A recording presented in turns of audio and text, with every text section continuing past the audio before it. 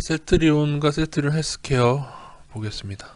어, 제가 공매도와 전쟁한다는 종목 몇 가지를 제가 비판한 적이 있었죠. 신라젠 공매도가 늘어났을 때 공매도와 전쟁한다고 했었습니다.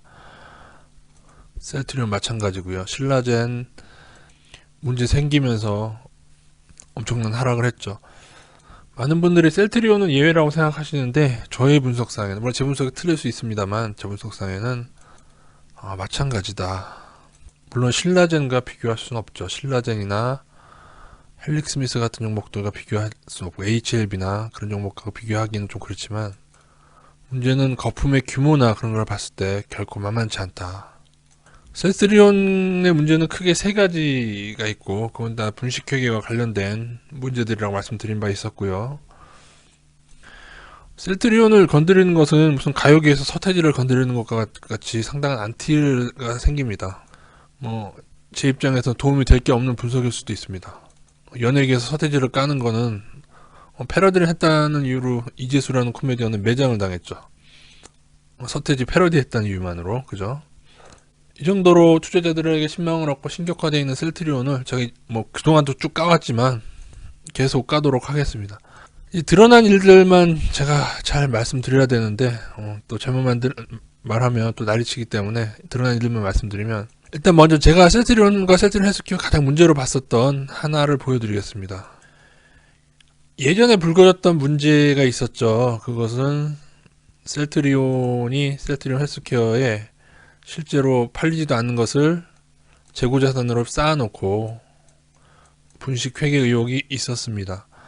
근데 그 당시 저는 이제 그런 의혹들이 나왔을 때, 물론 그걸 처음부터 믿은 건 아닌데, 그 당시 제가 봤을 때 셀트리온 헬스케어의 재무 상태를 봤을 때 굉장히 문제가 많았었습니다. 셀트리온 헬스케어, 이거는 그 당시 장외에 있었기 때문에 이렇게 전자 공시 시스템을 찾아봐야 볼 수 있었던 건데, 매년 4월에 발표가 되다가, 그러니까 이때 12년도 13년도 다 4월에 발표가 됐죠. 전년도께 4월에 1년에 한 번씩 발표되는데 장외 종목이기 때문에. 근데 2016년 돼서 발표가 계속 안 나왔어요. 이상하다 했습니다. 16년도 왜 안 나올까 했는데, 한참이나 늦게 12월이 아니고요. 그해 16년도 건너뛰고 그 다음에 나온 재무제표에서, 왜냐면은 자본 총계가 마이너스였어요. 그것도 6천억인가 제가 확인해 드릴 텐데, 마이너스에서 갑자기 플러스로 되면서 상장을 했습니다. 코스닥 상장되면서 제가 볼 때는 그게 바뀌게 된 이유를 개인적으로 찾기 힘들었어요. 상장은 나중인데 사실 이때도 장외 시절에 보고서가 나와야 되는데 보고서가 늦어지더니 나중에 발표가 됐는데, 그걸 한번 보여드릴게요. 제가 셀트리온 문제를 확신하게 된 계기였는데, 이게 15년도 14년도 재무제표입니다. 그러니까는 보시면은 여기 보시다시피 단위는 100만원이고요 자본 총계가 마이너스입니다. 거의 자본 잠식 수준으로 일반적인 기업에서는 볼 수 없는 겁니다. 이게 심지어 100만원이니까 100만, 1000만 억이 아니 6370억 마이너스 자본 총계가. 아주 부실해서 망해가는 기업 아니면 이렇게 나오지가 않는데 이렇게 돼 있었고, 그런데 발표가 늦어지면서 2017년도에 발표를 했는데 2015년도 거를 17년도에 발표했는데 갑자기 5천억 플러스로 바뀌어 있습니다.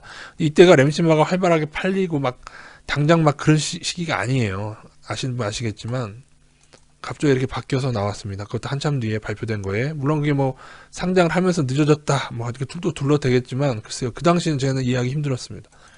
그게 일단 첫 번째 의혹인데, 그러니까는 제가 바라던 건, 그 당시 이 의혹이 제기됐을 때 아니다, 셀트리온 헬스케어에 넘긴 게 아니다라고 말하기를 봤는데, 오히려 회사에서도 재고자산 넘긴 게 맞다, 쌓아둔 게 맞다는 식으로 얘기를 했어요. 그래서 나중에도 그 넘기는 재고를 나중에 더 늘렸죠. 그 램시가 통과된 이후에도. 근데 이거는 통상적이지가 않습니다. 통상적이지 않고, 그러니까 밝혀진 것만 말씀드릴게요. 두 번째, 주가 조작에 관련된, 이것도 위야무야 넘어갔는데, 그 당시 애플 증권회사라는 계열사를 통해서 주가 조작하다가 증선에 걸렸는데 그것도 위야무야 됐습니다. 다이유는 공매도와 전쟁. 세 번째, R&D 과소계상 문제.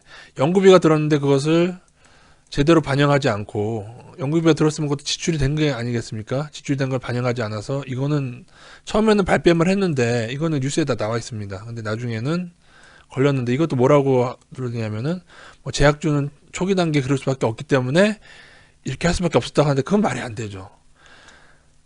지출된 돈은 지출된 돈으로 해야지. 그러니까 우리 얼마나 금감원이나 증선이나 이거를 엉성하게 이들을 관리 감독했느냐 하는 게 드러나는 것이고, 또 하나는 제가 가끔 제기된 건데 어느 회계사분이 지적하셨던 얘기인데, 나중에 이제 셀트리온과 셀트리온 이 관계가 문제가 되니까 나중에 셀트리온 헬스케어가 유럽에 판매한 걸 보니까 셀트리온 헝가리, 그러니까 거기다가도 또 자회사를 만들어서 넘긴 게 있는데 그게 설명이 안 된다는 회계사분들의 의혹이 있었어요. 그러니까 이 모든 게 셀트리온 헝가리, 셀트리온 USA 그게 존재한다는 것이죠.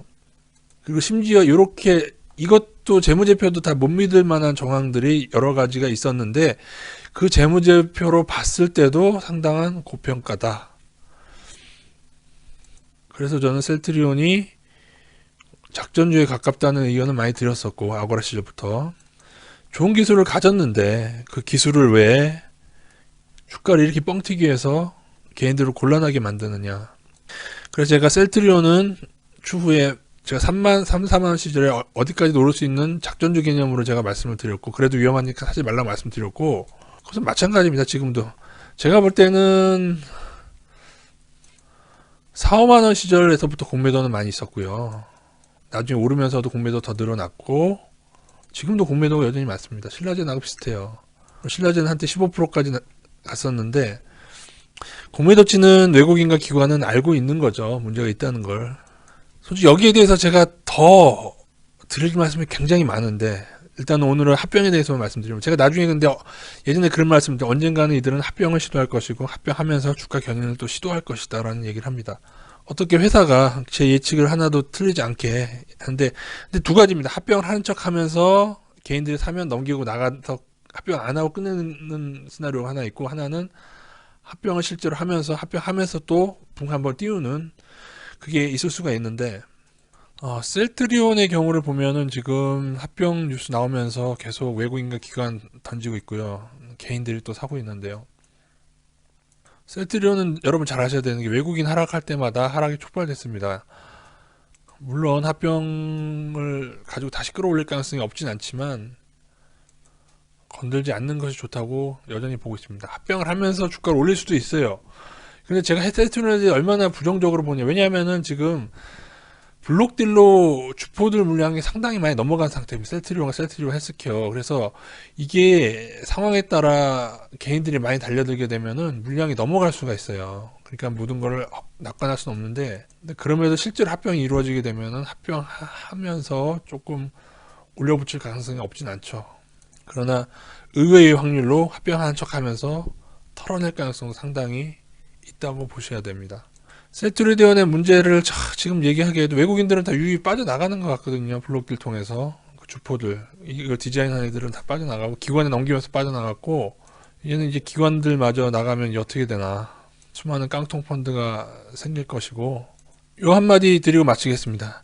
예전에 그 신라젠이 한때 공매도 비중이 이제 2019년도인데 공매도 비중이 15%까지, 그때 최대였는데, 또 검색하면 상위으로 검색하면 나오지도 않았어요. 그것도 좀 이상한데, 어쨌든 그 당시 15%까지 갔다가 공매도가 많은 상태에서, 그러니까 알고 있었던 거죠. 외국인과 기관들은 공매도 쳐서 폭락해서 큰 이득을 그들은 취했습니다. 공매도 사이트에 가면은 종목별 공매도 잔고가 나오는데, 여기서 마이너스를 누르면 공매도 상위가 뜹니다. 현재는 헬릭스미스 HLB 가장 높아요. HL3가. 나중에 여러분 이거 분명히 무너집니다. 신라젠처럼 무너지고요. 이건 코스닥이고, 코스피에서는 여전히 셀트리온이 9.48%로 공매도 상위에 있습니다. 시총이 가장 크기 때문에 금액적으로는 가장 많아요. 제가 신라젠 경고하고 신라젠은 아닐 거라고 했지만 신라젠도 무너져 갔고, 가장 나중에 무너진다고 하는 셀트리온, 그리고 이제 합병을 하면서 마무리돼서 나중에 큰 곤란 당하게 될 거라고 하는데, 그것이 맞게 되나 한번 지켜봐 주시기 바라고, 블록딜러 주포가 많이 넘어가서 그게 걱정입니다. 사실 저희 분석이 틀릴 수도 있다는 거를 전제에 깔고 말씀을 드리겠습니다. 그러나 그러기에는 지금 뉴스에 드러난 것만 해도 너무 구린 게 많고, 또 자세한 얘기는 또 나중에 또 드리도록 하겠습니다.